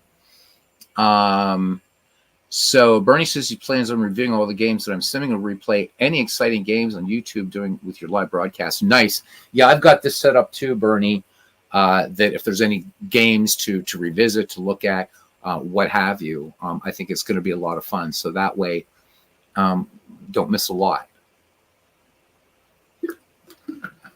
All right. Sam Frock with a 5-run lead here in the bottom of the 9th, opening weekend of the John J. McGraw League, part of the Mack-McGraw Baseball Project. Bernie Strom and Beatles Eternally. All right, Bad Bill, 1 for 3 with a run batted in. 0-1 coming home from Sammy Strock. And Bad Bill Dolan, base hit, right field. This one is going to go all the way to the wall. And Dolan, is he going to go for 3? Nope, he is going to stop right there. So here we go. Leadoff double for the 1905 New York Giants, and it brings up Art Devlin. He is 1 for 3. So normally you wouldn't think of 11-6 game as a nail biter, but as we've seen, the Pirates at one time held a 5-run lead. They do now, and that got chipped away within 2. So hang on and buckle up. George Gibson flashes the leather. Sam Frock with the 1-2 pitch coming in to Art Devlin, and Devlin line drive base hit into right field. And they're going to hold the runner at third. Bill Dolan will hold. Owen Wilson with a good strong arm out there in right field. Runners at first and third, nobody outs. And here comes George Brown, who is 3 for 4 with a run batted in for the New York Giants. Sam Frock shouldn't get too comfortable out there against this New York Giant lineup. Here's the pitch. George Brown, little nubber to first, and they're going to get the out at second. A run does come in to score. Bill Dolan comes in. It's 11-7. So George Brown on at first. And it brings up the Duke of Tralee, 0 for 2. Drew a walk the last time up. And Bresnahan sends this to center field. This should hang up for Ward Miller. And indeed it does. He has it for the second out. And the Pittsburgh Pirates just need to get past a pinch hitter coming in here, Frank Bowerman, making his first appearance of the season. The 2-1 pitch. Bowerman swings. Roller back to first. Frock has it. And on to first. And the Pittsburgh Pirates take care of the New York Giants. And we got our batting around in an inning. And let's look at the recap of this one, guys. So the 1909 Pirates earned an 11-7 victory at the Polo Grounds. Polo Grounds was the site of the home opener for the New York 1905 Giants. The contest featured a prime matchup between Babe Adams of the visiting Pittsburgh Pirates and Christy Mathewson of the 1905 Giants. The final score, 11-7, the Pirates getting the win. Sammy Strang turned in the best performance. Babe Adams picking up the win, improving his season record to 1-0. Struck out 4 in 7 innings. Owen Wilson had that big bases clearing triple for the Pirates in the top of the 5th inning, with Pittsburgh leading 3-2 and the bases loaded. He got a curveball from 24-year-old right-hand pitcher Christy Mathewson and swatted a triple to left center. It was his first triple of the season, and more importantly, put the Pirates ahead 6-2. So your final line score of the Pittsburgh Pirates, 11 runs on 14 hits, 1 error. The New York Giants, 7 runs, 13 hits, and 1 error. A rather sloppy game. The player of the game, despite the loss, Sammy Strang, I think it's deserved. Babe Adams pitched 10 hits, 6 runs, 5 of them earned, 5 walks, 4 strikeouts. Begins the season with a 6.43 earned run average. Sammy Strzok gets the save. 2 innings in relief, gave up a hit, a run. It was earned. Christy Mathewson, not a stellar performance at all, but this is game 1 of 154. So Maddie goes 4 1/3, 7 hits, 7 runs, and all 7 were earned, 4 walks, no strikeouts. Begins with a lofty ERA of 14.54. Hooks Wiltsey then worked actually a little bit longer than the starter. Matthews, of course, tagged with a loss. Wiltsey went 4 2/3 in relief, 7 hits, 4 runs, all earned, 2 walks, 3 strikeouts, and a 7.71 earned run average. So there we go. Wow. George Brown having the league record. Of course, it's only day 1, 3 doubles in a game. So we batted around the Pittsburgh Pirates, sending 10 men to the plate versus the Giants in that big 5th inning. And the only one that's left here on opening day, but looks like a slow night here for baseball. So I guess we'll probably just quick play it. Although I actually, you know what? I'm gonna take the Dwayne. I'm gonna take the Dwayne Martz attitude, and I'm just gonna do it anyhow. What does Dwayne say? He says, hey, even if nobody comes in, I've got it up there for posterity. So, second game of the Twin Bill is going to be the 1919 Cincinnati Reds versus the 1894 Baltimore Orioles. Hopefully some of you can hang out. The professor joining us here, as Ken Castro says, fire another one up. And welcome in, Clinton. It's great to see you. Hopefully that access work for you. Haven't heard anything, so I'm assuming that it does, or did. So welcome in, my friend. So this will be another good one here. Hod Eller taking the hill for the Cincinnati Reds of 1919 against Sadie McMahon of the Baltimore Orioles, managed by Ned Hanlon. And John McGraw will go back in time from 1905 to 1894.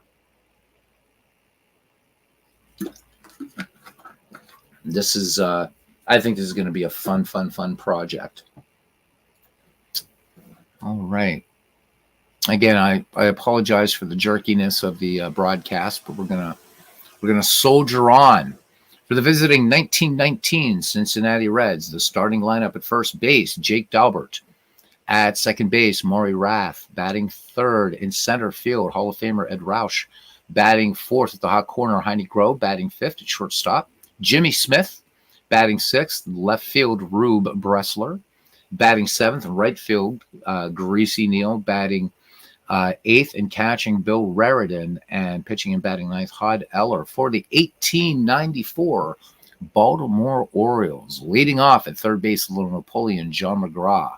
Batting second at shortstop, Huey Jennings. Batting third at first base, Big Dan Bruthers. Batting fourth in left field, Joe Kelly.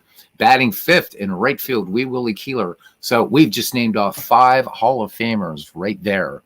Batting sixth in center fielder, Steve Brody, another Hall of Famer catching. And batting seventh, Wilbert Robinson. Batting eighth, Wilbert Robinson, of course, in the Hall of Fame mainly as a manager. Batting eighth at second base, Heine Reitz. And pitching and batting ninth, Sadie McMahon. We're on our way to Oriole Park for the nightcap of this twin bill. Attendance 5,891. It is partly cloudy at 43 degrees. Wind blowing right to left at 11 miles per hour. Thanks for hanging out in this nightcap here. 1919 and 1894 clashing up here, and we definitely got to fix that perspective, don't we? My goodness gracious. All right, so let's do our initial camera view as a wide camera. Hey, that looks pretty nice, doesn't it? Will we keep it at wide? We'll see. We'll see how it looks. Let's just do wide on everything. And our action camera will also be wide. All right, as Jake Dalbert steps in, let's take a little fly around Oriole Park. There's actually Oriole Park 3. And here we go. First pitch coming up, ground ball to third, and up with it is John McGraw with the nice pick. So 1 up, 1 down now, and that brings up the second baseman for the Cincinnati Reds, Maury Rath. Left-hander, Sadie McMahon has a sign from Wilbert Robinson, the 2-0 delivery. Rath swings, grounder to short, and up with it is Huey Jennings and makes the easy 6-3 putout. So 2 up, 2 down for the Cincinnati Reds here in the top of the first. And here is center fielder Ed Roush, famous for not only being a great center fielder, but also for being a holdout, a contract holdout. So Ed Roush, even without a agent, prototype of a modern player. All right, here is the wind and the pitch. Roush swings and liner to second, and Reitz makes the play.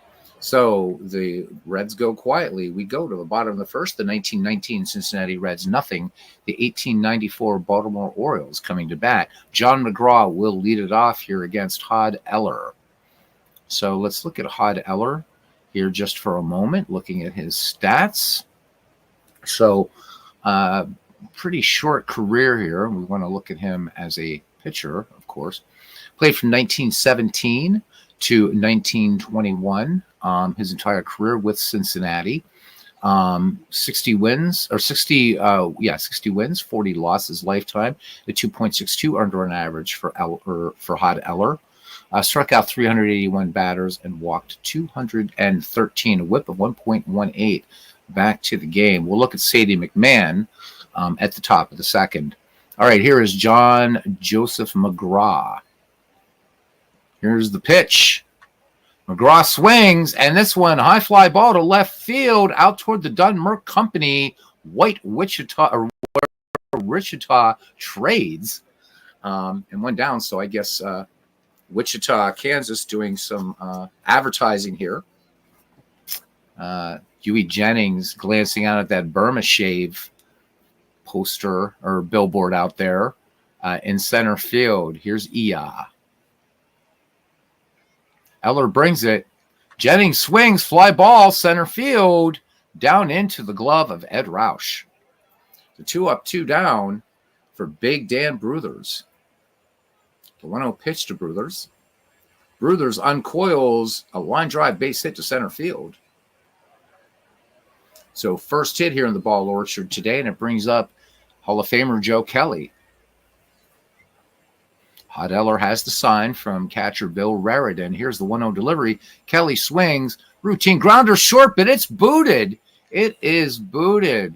So score that one in E6 as Smith boots the ball, and we have our first error. All right, so Jimmy Smith doing the honors here. First error of this game. And here's Wee Willie Keeler. Hit him where they ain't. The 1-0 pitch to Wee Willie. Let's see if he does that. Nope. Pops it up on the infield. A little Baltimore chop actually down on the plate there. Side retired. So Smith making the play on that one.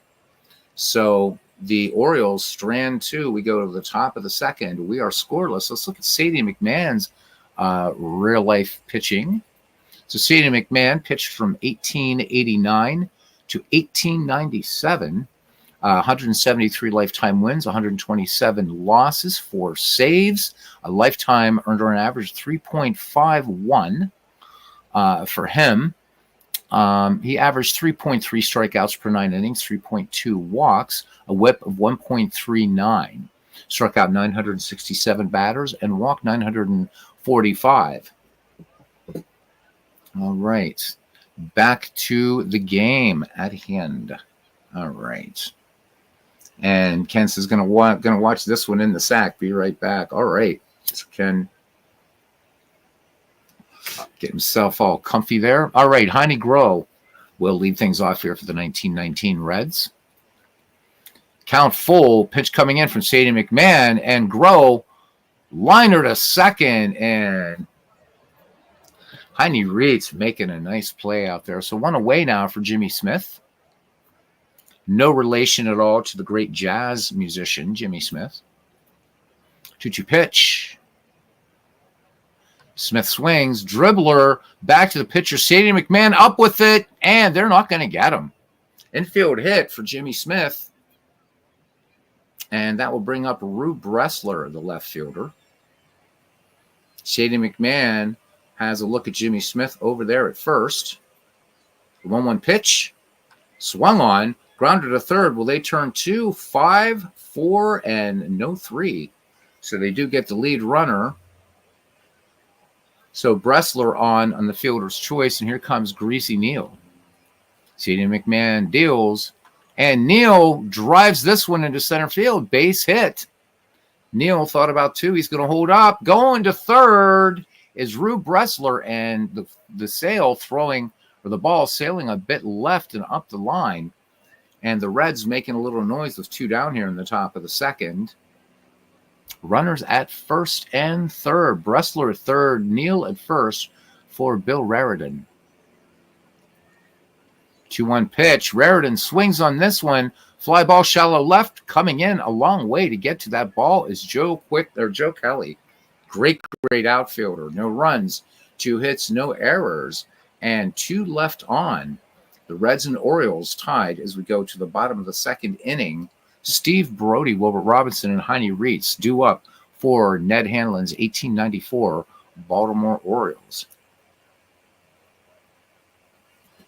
I know one game that Cousin Ken is going to love is the first time that the Orioles and the Bean Eaters meet in a game. That's going to be a lot of fun. We'll get a lot of coaching happening from Cousin Ken, our 19th century guru. Of course, we have 2 gurus in this chat, Clinton Parks and Ken Castro. All right, here's Steve Brody now. Here's the pitch. Brody bunts this one back to the mound. Eller fires onto first to Jake Dalbert on the 1-3 putout. So 1 up, 1 down now for Wilbert Robinson, looking very dapper there. The 2-1 pitch to Wilbert. And Robinson, high fly ball, right field, and Greasy Neal will make the play, making it look routine. So 2 quick outs here in the bottom of the second inning, and here comes second baseman Heine Reitz, or Heine Reitz. We'll say Reitz, Heine Reitz. The 1-2 pitch. And Reitz swings. Long fly ball, center field, and in front of the Burma Shave sign, bringing it down, is Ed Roush. So the Orioles go in order. We go to the third. We are scoreless here in Baltimore. And it will be the number 9, 1, and 2 hitters, Todd Eller, Jake Dalbert, and Maury Rath. Thank you to the few people. There was nobody in the chat except Aaron, but a few people watched a little run through of Pure Sim baseball game that I put up in the Ned McGreevy Discord some time back. Doing a deeper dive into that game and what you can do with it, along with its sister or its offspring, I guess its daughter. Strategy baseball, to show how the two are the differences and all that. So look for that. And maybe even after this game, I'll break the broadcast though, because I don't think most of the folks watching this game are going to be interested in Pure Sim baseball. So, but a deep dive into Pure Sim baseball tonight. The second one I've ever done on that game, and that should be enough for the years. Someday I'm going to show Dombrov baseball, but with the sound turned off, just to show you guys that game too. For $13, it's not a bad baseball game. It still needs some work, especially cosmetically. But you know what? It's a pretty good baseball game. It's a digital adaptation of Sports Illustrated baseball, and comes with almost 100 seasons, and you can also roll your own and do a lot. So I want to go back and revisit these games. I haven't forgotten about the Baseball for Windows tutorials and Diamond Mine. So we're also going to do some Diamond Mine. And coming up soon on the channel too is a little break from Ernie Harwell. We're going to play some old-time baseball. So I think I'm in the 1906 season in old-time baseball. So I have Mel Allen go back to 1906 to call some ball games back there. All right, Hot Eller to lead off here. The count, 1 ball, no strikes. Here's the pitch from Sadie McMahon. Eller swings. High fly ball out to center field. Ranging under it is Steve Brody, and he grabs it right in front of the White Castle sign. All right, back to the top of the order for Jake Daubert. He is 0-for-1. Cincinnati first baseman staring out at Sadie McMahon. Sadie McMahon has the sign from Wilbert Robinson. The count, no balls, 1 strike to Daubert. Daubert swings, and this one, a sinking liner into right. This is going to get down for a base hit. And Jake Daubert has the 3rd Cincinnati hit of this game. All right, Maury Rath now, 0-for-1. Maury batting in the number 2 spot. The Keystone holder waiting for Sadie McMahon to deliver the pill. He twirls. The runner goes. The bunt down. It's a good one. Their only play will be to first. McGraw with the barehanded play. 5-3 put out McGraw to Bruthers. And on the play, Daubert goes to second. So again, Daubert already in motion. All right, here's Ed Roush now. 0-for-1 for the Hall of Famer. And Roush swings. And this one grounded up the middle. Base hit. And Ed Roush is going to have himself an RBI double. Or single, I'm sorry. RBI single. As he moves to second on the play. So 1-0 for the 1919 Cincinnati Reds. And here's Heine Groh. 0-for-1. 0-1 pitch. Groh swings. Routine ground ball. 2 chopper to second. And up with that is Reach to Bruthers for the 4-3 put out. But the Cincinnati Reds do score a run on 2 hits. They strand 1. And the Reds leading the Orioles as we head to the bottom of the 3rd inning. 1-0. So Hot Eller in the early innings right now with a 1-hit shutout going. Sadie McMahon, John McGraw, and Huey Jennings due up for the 1894 Baltimore Orioles. Here we go. McMahon swings, and this one booted at first. Jake Daubert picks up the error, score that E3. So 2 errors in Cincinnati in the day, one by the shortstop Jimmy Smith, the other by first baseman Jake Daubert. And Sadie McMahon happily at first. Hard hit ball. Daubert had to handle kind of a hot potato out there, but should have made that play. All right, back at the top of the order now for Little Napoleon. McGraw, lefty batter. 2-1 pitch. John McGraw bloops. Oh, what a stop at second base. Do they have him doubled off? Maury Rath makes a nice play. Doesn't get the double play. But Maury Rath flashing the leather, or do they? Do they? Yes, they do. They double him off. So let's have a look at that one. Maury Rath flashing the leather for the 1919 Cincinnati Reds. So Maury able to get to this ball, and so it cut too quickly, but the runner is out, so he doubles him off. Let's see if we can see that with the regular replay. And he throws, and he is out.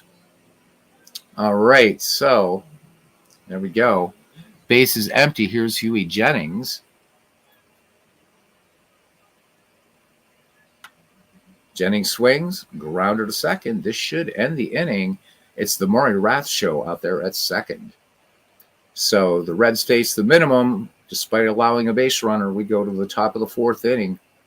And it's the 1919 Reds 1 and the 1894 Orioles 0 here in the John J. McGraw Baseball League, as we will conclude opening day with this game. All right, Jimmy Smith 1-for-1 in this game and an error. The 2-2 pitch. Jimmy Smith swings, slow roller back to the mound, and Sadie McMahon has trouble getting to the ball, pounced on the ball, then makes the bad throw to first. So that's an error. First one committed by our 19th century guys here today. This is Baltimore Oriole 9. So score that one, E1. And on first base for the second time in this game is Jimmy Smith. Here's Rube Bressler now. Bressler 0-for-1. Just 1 hit for the Orioles in this game, 4 for the Reds. Reds leading also in the error and run categories, 2-1 and 1-0 respectively. The 1-1 pitch. Runner goes. This one bunted back to the mound. He looks to second, but can only go to first. So Bressler gets his job done, advancing Jimmy Smith to second. And so we'll bring up Greasy Neal. And again, that was the number 6 hitter putting down that sacrifice bunt. The idea in the dead ball era was station-to-station baseball. Scratch out runs. All right. Neal 1 for 1 in the game, had the first hit, I believe, for the Cincinnati Reds. 1-2 pitch to Neal, and this one is going to get past the catcher, strike him out, and throw him out. Yep, they got him. So Robinson finds the ball, able to get the throw in time to get Greasy Neal. So 2 down, and here's Bill Raritan. Raritan, 0 for 1. The delivery from McMahon. Raritan is going to take 4 wide ones there. All right, they want to bypass Raritan to pitch to battery-mate Hod Eller, who is 0 for 1. Here's the pitch. Eller swings, and this is going to get down for a base hit. It's going to go to the corner, and the Cincinnati Reds are going to pick up another run, the throw home, and no, he is out. Quick tag by Robinson. Joe Kelly showing why he is a Hall of Famer.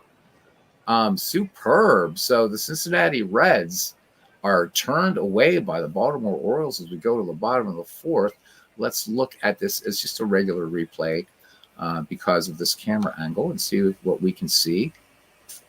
So Joe Kelly chasing in the corner. Looks like we're going to lose Joe here for a minute. Throw home and the quick tag, and he is out of there. All right. Dan Bruthers, Joe Kelly, and Wee Willie Keeler are due up. Joe Kelly is somebody that definitely is a Hall of Famer who will be featured during this league at some point. The unknown numbers, dead ball games. In the unknown numbers of dead ball games, Ken says he's played over the last 50 years with cards and dice. Two teams consistently win a lot, says Ken, more than they lost. The 1912 Red Sox and these 1919 Reds. So far, these Reds with a slim 1-0 lead, facing the heart of the order here, the Baltimore Orioles, Bruthers, Kelly, and Keeler. All right, Big Dan, 1 for 1, has the sole hit for the Baltimore Orioles, managed by Foxy Ned Hanlon. The 2-1 pitch now. Bruthers swings, and he dumps this one into left field, base hit. Bruthers rounds first and holds.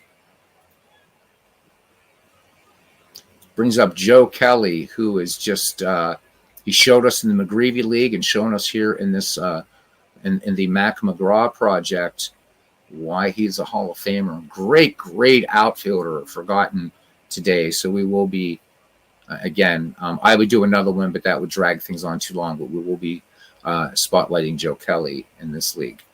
All right, Hod Eller to deal to Joe Kelly, and Joe Kelly stings this one into right, base hit.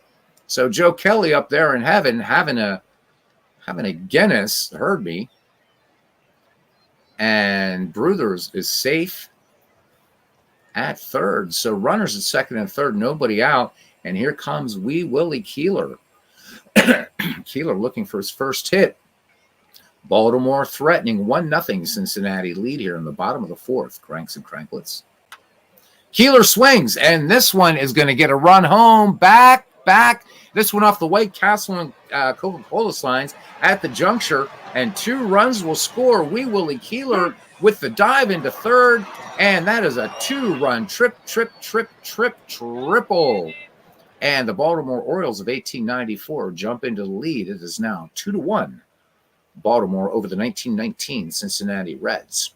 Keeler now at third, and here's Steve Brody, still nobody out. Hod Eller in a little bit of trouble here, to say the least. The 2-0 pitch. Steve Brody swings, base hit, right field. Brody will have an RBI single, trotting home, and scoring is Wee Willie Keeler. It's now 3-1 in favor of the Baltimore Orioles.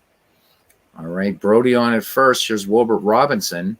Here's the delivery. The runner goes, the throw down, the tag, and safe. Steve Brody, the center fielder, picking up his first steal of the season. And here come Ned Hanlon and his Orioles. This is going to be a strong team throughout this season. I really believe that. 1-2 pitch. And this one, fly ball to center field and a diving play by Ed Roush making the grab. Brody will tag and get to third. But what a play. We're going to look at that play out there by the great Ed Roush, center fielder for the 1919 Reds, covering a lot of ground and the dive and a good strong throw to the cutoff man. All right. So Steve Brody finds himself third base, and here's Heine Reitz now. One away. Orioles looking for more here. 1-1 pitch. Reitz swings. This one driven to left, and this one is going to be off the wall. Heine Reitz has himself an RBI, and Reitz is going for 3. Here's the throw to third, the tag, and he is safe. Reitz picking up the RBI triple, scoring Steve Brody. And the 1894 Baltimore Orioles now lead the 1919 Cincinnati Reds 4-1. As Ken Castro said that Joe Kelly was good for him in McGreevy. I do remember that. And just plays superbly. What a great player he was, huh? All right, so I don't know if this is going to turn out like our Pirates-Giants game where one team gets a big lead, relinquishes it, and then wins it. We'll see, but right now these Orioles are tough. Pod Eller still in there pitching. Sadie McMahon, nothing for one. And Sadie McMahon sends this gapper into right. This will get down for a base hit. Sadie McMahon helping his own cause, and an RBI 2-bagger for the Cincinnati Twirler. That scores, or for the Baltimore Twirler. So Sadie McMahon on at second. And another run in. It's 5-1 Baltimore now. And here's John McGraw back at the top of the order. Account full on McGraw. McGraw lays off that one. I don't know what Cincinnati's doing, but Hod Eller is absolutely, when he's finding the plate, he's getting penalized for it. And when he doesn't find the plate, well, that just happened. And you can't manage against a walk. Here's the pitch. Huey Jennings, can they turn at least one here? They do. So Daubert makes the play or gets the pick from Maury Rath. So 2 away finally. And here comes Dan Bruthers. Perfect 2 for 2 for him today. 1-1 pitch. Bruther swings. And this one is going to be the gap in left center off the Coca-Cola sign. And Bruthers is going to knock in 2. And Bruthers is going for 3. The slide. And he is safe. And it's another RBI. Triple. Let me tell you what. So as McMahon and McGraw scores, Beatles Eternally here is in heaven. I love triples, and we're having a boatload of them here. Here's Joe Kelly now. Joe Kelly, 1 for 2. All right, perched to third is Big Dan Bruthers. What's Joe Kelly going to do? He has a 1 for 2, made some great plays today. Joe Kelly's going to dump this one into right. RBI single, and another run scores, turning into a rout. It is 8-1. Hod Eller still on the mound. Somebody wake up the Cincinnati management here. My goodness gracious. All right, here's Wee Willie Keeler. 2 RBI in this game. The 2-1 pitch to Wee Willie. He had a 2-run triple last time and mercifully ground ball to second, picked by Daubert, and that ends the inning. But the Baltimore Orioles put 8 on the board. We go to the top of the 5th inning. It's the Baltimore Orioles of 1894, 8, and the 1919 Reds, 1. Oh, my goodness. Back at the top of the order here. Jake Daubert would lead things off, then Maury Rath and Ed Roush. Sadie McMahon with the 1-1 delivery. Daubert swings, and this one drilled to left. This will get down for a base hit. So Cincinnati picking up its 6th hit of the game. All right, and Maury Rath will stride to the plate. And the runner off to the races, but they're going to have Daubert by a country mile. So 1 away, bases empty. Rath back in the box. The lefty waits for Sadie McMahon's delivery. The count, 1 ball, 1 strike. Sacrifice bunt last time up for Maury Rath as he sends this one Leisurely fly ball to center field. Back on it a little bit is Steve Brody, and he will take it for out number 2. Here's Ed Roush now. Has an RBI in this game, responsible for the lone Cincinnati run. 1-1 to Roush. Roush swings, and this one a slow roller to short.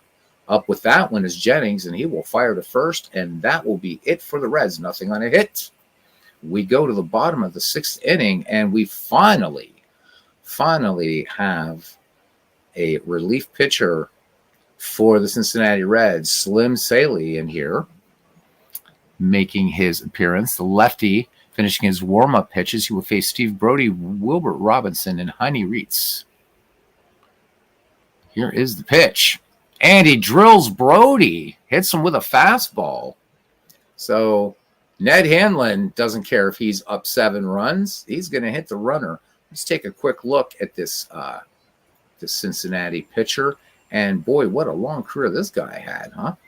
Played from 1908 to 1921. Started with the Cardinals, pitched a while for the Giants, then the Reds, then finished out with the Giants.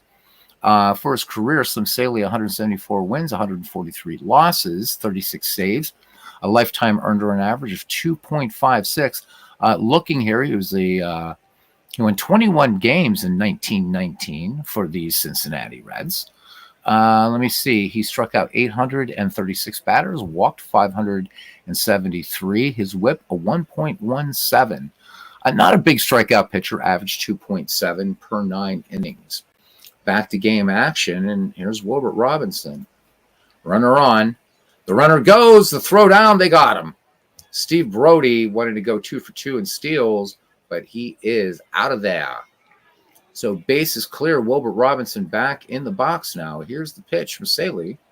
Robinson swings. 2-hopper to second. Gloving it leisurely in plenty of time is Maury Rath. So Robinson retired for out number 2. Brings up Heine Reitz, 1 for 2 with a run batted in. Saley deals. And this one, Reitz sends out to left field. And Rube Bressler making the easy catch for out number 3. No runs, no hits, no errors. We go to the top of the 6th inning. Baltimore 8, Cincinnati 1. The diehards just hanging out now, and that is all well and good. All right, Mack-McGraw, nothing for 2. It'll be Mack-McGraw, Jimmy Smith, and Rube Bressler due up for the Reds. 1-0 pitch on the way. Mack-McGraw swings. Hard grounder to second. Plenty of time out there for Heine Reitz as he handles it on to Dan Baruthers for the 4-3 putout. All right, Jimmy Smith, 1 for 2. The 1-2 pitch. The lefty swings. High, pop fly in the infield, first base side. And calling it, and can of corn, Heine Reitz for the 2nd out of the inning. Left fielder Rube Bressler, nothing for 1. Sacrifice bunt his last time up. Bressler swings, and room service bounce to short. Huey Jennings fires on to first for out number 3. The Reds go in order. We go to the bottom of the 6th. This game moving very, very quickly. It is Baltimore 8 and Cincinnati 1. I keep seeing BLN, and I keep wanting to say Brooklyn. All right, it'll be Sadie McMahon, John McGraw, and Huey Jennings due up for the Orioles. Count full now. And McMahon sends this one to right field. So second base, I believe second base hit for him in this game. Yep. Because he had a run-scoring double last time. So McMahon, here we go again, back at the top of the order. And John McGraw, who's 0 for 2, the 1-0 pitch. McGraw, this is going to be hit to second, and they're going to get the 4-6 put out. So McGraw on the fielder's choice, 1 away for Huey Jennings. Huey Jennings not contributing to the offensive attack of these Baltimore Orioles. He is 0 for 3 up to this at bat. The 1-1 pitch, the runner goes. Throw down, and the ball gets into the outfield, and going to third is John McGraw. So that is going to be an error on Bill Raridan. E2, third error by these 1919 Cincinnati Reds. Little Napoleon at third, so the potential 9th Baltimore run just 90 feet away. And here comes the shortstop, Huey Jennings, back in the box. Count even at 2. Jennings swings. That will get the run home. Fly ball to left. McGraw tagging at third. No, they're going to hold McGraw. They are going to hold McGraw. So Bressler with a good arm out there. I really thought McGraw was going to come home on that play, but perhaps with this angle not deep enough to left. So 2 away, and holding McGraw, net handling, holding McGraw could be, well, with this point with a 7-run lead, it's probably not going to make much of a difference, but we'll see. 2-1 pitch now to Dan Bruthers. Dan Bruthers swings, slow roller to short, and this one is going to get into center field. So that one gets past Jimmy Smith, and John McGraw comes in and scores in the RBI single by Dan Bruthers, and it's now 9-1 Baltimore. And here's Joe Kelly. Joe Kelly playing a stellar game, 2 for 3 with a run batted in. 2-2 pitch. And Joe Kelly, hard ground ball to third. And the throw on to first by Mack-McGraw will retire the Orioles, but they pick up a run. And we go to the top of the 7th, and Baltimore absolutely doing bad things to Cincinnati. Show me on the doll where they hurt you. 9-1. Greasy Neal, Bill Raritan, and Slim Saley due up. We'll see. Saley probably will be allowed to hit. Cincinnati allowing Hod Eller to absolutely get just slapped around or what have you, or more like a John L. Sullivan or Gentleman Jim Corbett beatdown there, or Jack Johnson. Pick one. All right. Greasy Neal, Bill Raritan, and Slim Saley due up for the 1919 Reds here in the top of the 7th.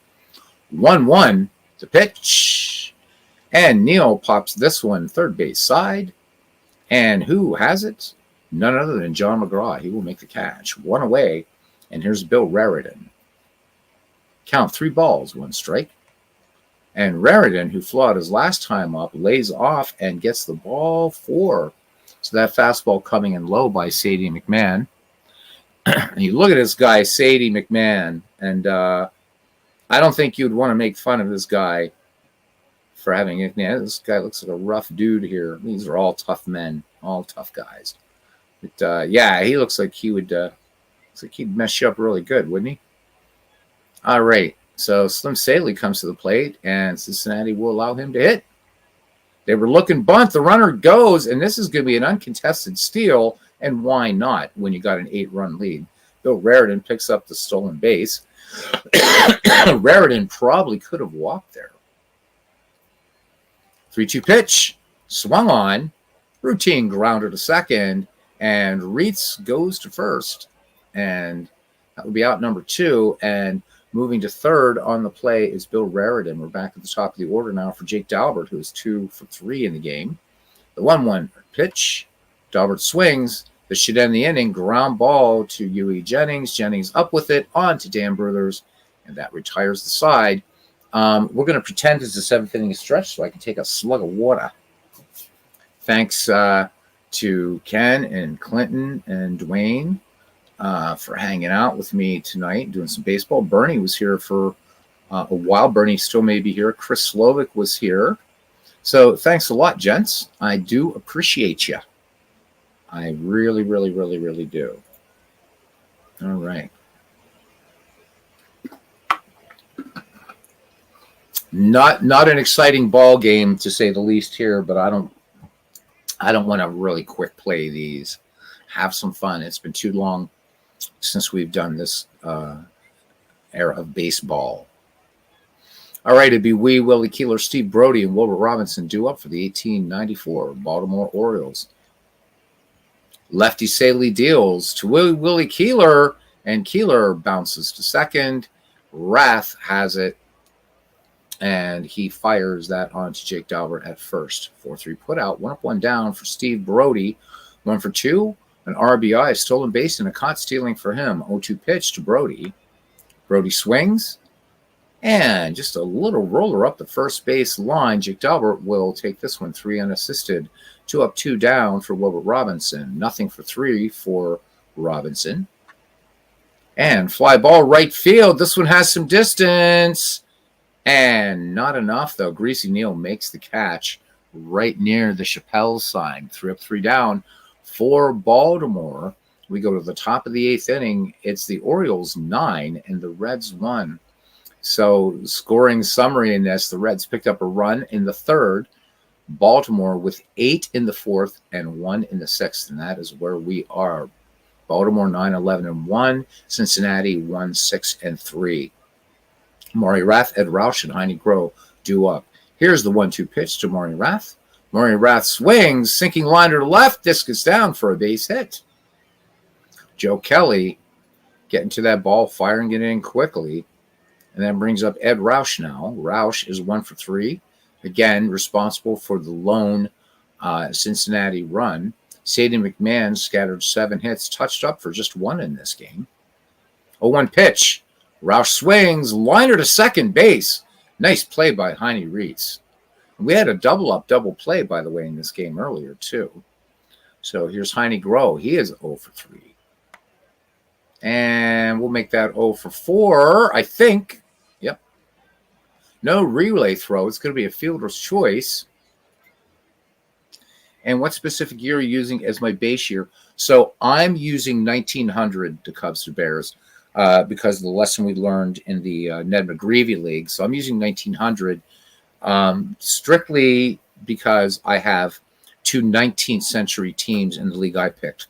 I'm not sure what year Bernie has normalized. So I'm doing the National League. Bernie's doing the American League. So that's where we are. And we've had some good games so far. So this is normalized to 1900 to give these 19th century guys. I don't know. I think you were around, and I don't know if you were there that night that we owe a debt of gratitude to Steve Tate because we'd had the Ned McGreevy League set to 1906. We just thought, let's take the middle year between 1893 and 1919. But we saw that the 19th century guys like Willie Keeler was striking out all over the place, all kinds of issues.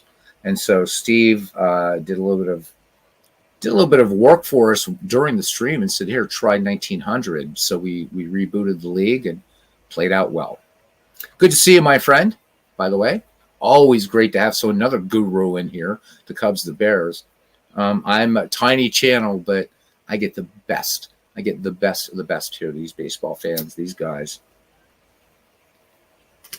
Never a broadcast goes by that I don't learn something from the Cubs, the Bears, from Ken Castro, from Clinton Parks.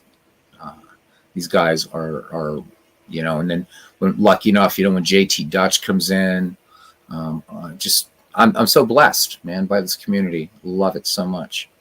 Back to it now, in case you guys start believing that BS. Here's Jimmy Smith. He's 1 for 3.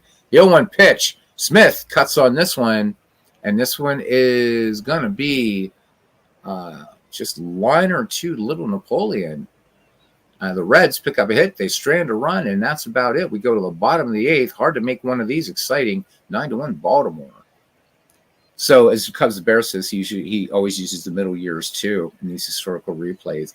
Yeah, normally, I think that's pretty good just to find that kind of median year. But then when you bring in these 19th century guys, at least in action PC baseball, we found them not performing the way they should. Again, Willie Keeler probably was one of the hardest people to strike out in baseball history. And we were noticing Keeler was just whiff after whiff after whiff. And it's like there's something wrong. So able to fix that. And so far, out of the park, 2 very different engines. I think out of the park handling things pretty well. I think out of the park plays this era of baseball better than any other game I've played. So, and I know I'm preaching to the choir when I'm talking to you, to Cubs and Bears. I know you're a huge fan of out of the park baseball. All right, Heine Reitz leads things off here, followed by Sadie McMahon, the top of the order, and John McGraw. Heine Reitz in this game is 1 for 3 and responsible for 1 of the 1894 Baltimore Orioles' 9 runs. 2-2 pitch. Reitz swings and ground ball to short. Smith to Dahlberg for the 6-3. So 1 away now for Sadie McMahon. Sadie McMahon with a double and a single and an RBI in this game. So this pitcher doing his job. The 1-0 pitch. McMahon swings, and how about this? He is 3 for 4, base hit up the middle. Sadie McMahon did not come here to just be a twirler. He wants to swing the ash and indeed grab that big old branch out of the barrel and does it. So McMahon aboard, and we're back at the top of the order for Little Napoleon, the man for whom my league is named after. Of course, Connie Mack on Bernie's side of things, Cornelius McGillicuddy. So the battle of two, or commemorating two of the greatest managers in baseball. All right, Saley deals to McGraw, who's 0 for 3. And this one, fly ball center field, measuring it up and bringing it down out there is Ed Roush. So two-way Ed Roush, of course, a weapon for these 1919 Cincinnati Reds. And here's Jennings. Jennings swings, fly ball into medium right field, and coming on to make that is Greasy Neal. So the Baltimore Orioles, no runs, 1 hit, no errors, a runner left on. We go to the 9th in what has become a snoozer game, 9-1 Baltimore, and it will be Rube Bressler, Greasy Neal, and Bill Raridan. And I'm going to call it now. I do believe that Sadie McMahon is going to be player of the game. But we shall see. We shall see. So the Cubs Bear says, that's why I never played strat cards and dice. Nellie Fox once struck out 4 times in one game. I kept falling in pitcher's card. Nellie Fox didn't strike out a lot, did he? I mean, sometimes, you're going to get anomalies, but we were noticing that just it was consistent with the 19th century players that we had in the Ned McGreevy League. So, it's crazy things that you do see in these baseball sims. But when you get guys that aren't known for striking out and they're whiffing, it's time to change some things up. So not doing a lot of cards and dice. And I don't know. So Ken, I'll ask Ken if he's hasn't nodded off to sleep. And if he has, I'll ask him at the next broadcast. I know that you did your Bats League. And actually, Dwayne, if you're still, I'll ask you too. And anybody plays cards and dice. So, and I guess this question is based on the fact that you guys have done sort of cross-era play. Okay, thanks, Ken. So for the Bats League and stuff like that, I know you and Dwayne doing that. How do you guys, how do you normalize in a cards and dice game? As the Cubs, the Bears says, Nellie Fox used a bottle bat and maybe struck out 30 times a year total. So yeah, when you get a guy that's going to strike out only 30 times in an entire year, strikes out 4 times in a game, yeah, them bones aren't working with you there. So I'm curious, you guys, and Dwayne, again, if you're still here, he might be off. I know he's got to go to work tomorrow. I think, I don't know. But how do you know? I've always been curious how you normalize in cards and dice, because I know, just like I've only ever done season replays, so obviously it's normalized to that year. But how does that work in the Bats League? I noticed that I think Dwayne is using, I think 1955 in the Bats League that he's playing, and I'm just wondering how that works in cards and dice, because I've never done cross-era play. When I was a cards and dice player, it was we would pick 2 teams from a season or something and play against them or whatever. My friends and I got introduced to baseball gaming through digital means first, and then discovered cards and dice later. Back in the good old days of Penn State. All right, back in the 90s. All right, here's Rube Bressler now, leading things off. Bressler swings, and he pounds this one to center field. Steve Brody making the catch at the Burma shave sign. So I did say earlier that they were looking at that Burma shave sign, and Rube Bressler was trying to at least hit it, but fell just a bit short. All right, here's Greasy Neal, 1 for 3, 1 down, top of the 9th. Neal swings and grounder to first, and Bruthers tosses on to Sadie McMahon covering for the 3-1 putout, and it's down to Bill Raridan now, who is nothing for 1. Baltimore in this slaughter will go to 1-0 in game 1. This will end it. Grounder, Jennings, Bruthers, game over, mercifully for the Orioles. I'm not going to even talk. I'm not even going to read the recap on this one. You guys were cool enough to suffer. Let's just do the line score, player of the game, and that's it. For the Baltimore Orioles, 1894, 9 runs, 12 hits, 1 error. For the 1919 Cincinnati Reds, 1 run, 7 hits, 3 errors. Our player of the game is, well, they're giving it to Dan Bruthers.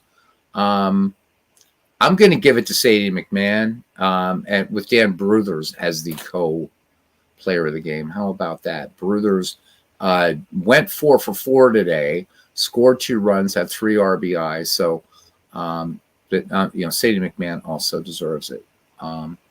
Okay, so Ken said that there's no normalization in his bats league. Okay. Ken also said that Fox had minuscule strikeout numbers, awful difficult to replicate that on any platform. Guys, that does it. We're going to go ahead and finish today. And I want to look at these matchups and see what we got, because we have seen every team play now. So now it's going to be games that these aren't exactly. These are pretty good lineups, I guess. I do want to see Three Finger Brown play, pitch, but I think it's going to be when he faces Matty or somebody else. Howie Kamnas versus Red Ames. I think we're going to go ahead and just auto play this day. We'll quick play. All right, first game. So the Giants come back and take this one from the Pirates, 6-1. Dan McGann had a home run in that game. We're not going to worry about highlight reels or anything like that this early. Ames gets the win. Kamnas gets the loss. All right, the 1906 Cubs against the 1897 Bean Eaters. This is Three Finger Brown against Ted Lewis. 1906 Cubs take this one from the Bean Eaters, 5-2. So each team now at 1-1, as are the Pirates and the Giants. Brown gets the win. Lewis takes the loss. Player of the game is Three Finger Brown.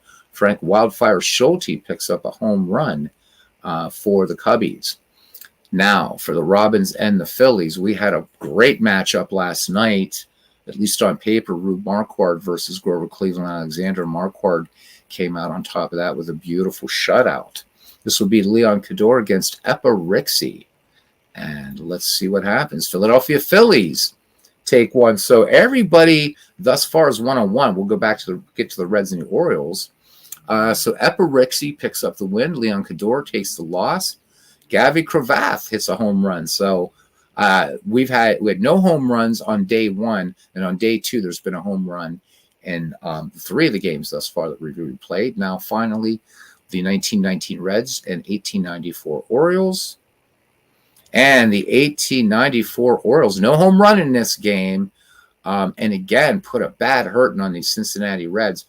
8-3 this time. Bill Hawk gets the win. Dolph Luque gets the loss. Bill Hawk, player of the game.